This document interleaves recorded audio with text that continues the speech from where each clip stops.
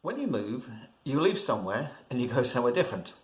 However, it's not as simple as a revolving door where you can exit and enter in virtually the same motion. There's invariably an in-between time where you've definitely left, but you haven't really entered into what the new has to offer. Now, we've had 2 big house moves in the last 6 years to new areas, and they, whoever they are, say it takes around 18 months to really settle into a new area. And can I just add that if a pandemic happens during that time, you probably need to reset the clock for another 18 months. So in between, there's often a bit of a void, where the fullness of the new has yet to emerge, and inevitably one's thoughts turn back to the old and what you're missing. Well, shortly after the exodus of the Israelites from Egypt, they were running low on food, and they started to get all dewy-eyed about their slavery existence and the food they were able to acquire when in Egypt. When we miss stuff or miss people, it's usually a very deep reaction to our circumstances, and it may not always make total sense to others. I mean, who would have thought the Israelites would miss being slaves? Well, it's in response to this that God provides them with the heavenly manna, so that for 6 days of the week, the Israelites would wake and find the manna on the ground with the morning dew, and they were able to use that as their basic foodstuff. But then after some time, the sheer monotony of manna every day, well, it just got to them. And they were now missing the fish and the fresh veg they used to have in Egypt. I can understand that. Fish fillet With leeks and courgettes fried with garlic, finished off with fresh melon. I've been missing that too. So how do we deal with this period where we miss things and the feeling of loss that we may encounter? We can first of all choose how we view the things we miss from the past. We can't revisit or recreate the past, but we can ensure that it has a positive impact on the present.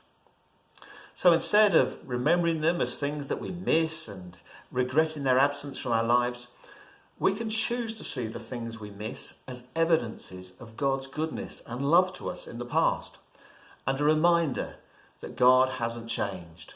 Maybe perhaps we just took these things for granted.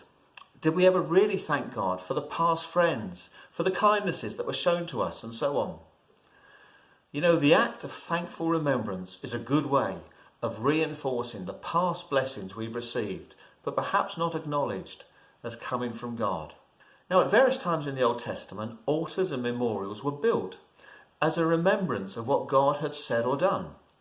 So, for example, the Israelites couldn't revisit or recreate the crossing of the River Jordan, but God instructed them to build a 12-stone memorial to remember that day of God's miraculous act of power on behalf of his people.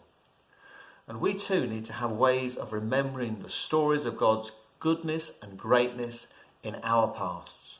The second thing is to be able to process and express our feelings in a godly way. Now, the Israelites just tended to moan big time, and we probably all do at times, don't we? But we discover later in the Psalms a better way of expressing our feelings in what are called Psalms of Lament. And we can think of these as godly ways of reacting to loss and the things that we miss. These psalms are prayers that lay out a troubling situation to God and make a request for his help. They usually start on a negative, often complaining note, but they end up on a positive, faith-filled note.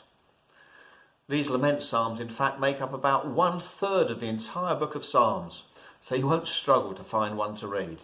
And one final way is discerning God's hand in everything that's going on. In John 15, Jesus portrays the Father as a gardener who prunes the tree that it may bear more fruit. You know, pruning is a purposeful action where hopefully you know what you're doing. Well, let's assume God knows what he's doing. So seeing his hand in what's going on and recognising that this pruning is part of his plan and purpose for our life, well, that's important. And the pruning illustration helps us see one more thing. It takes time for the new growth to emerge. And so in that in-between time when we're conscious of the loss of the branch and perhaps there is new growth but not the fruit yet, we have to wait patiently. I wait for the Lord. My soul waits, and in his word I hope. Wait for the Lord. Be strong and let your heart take courage.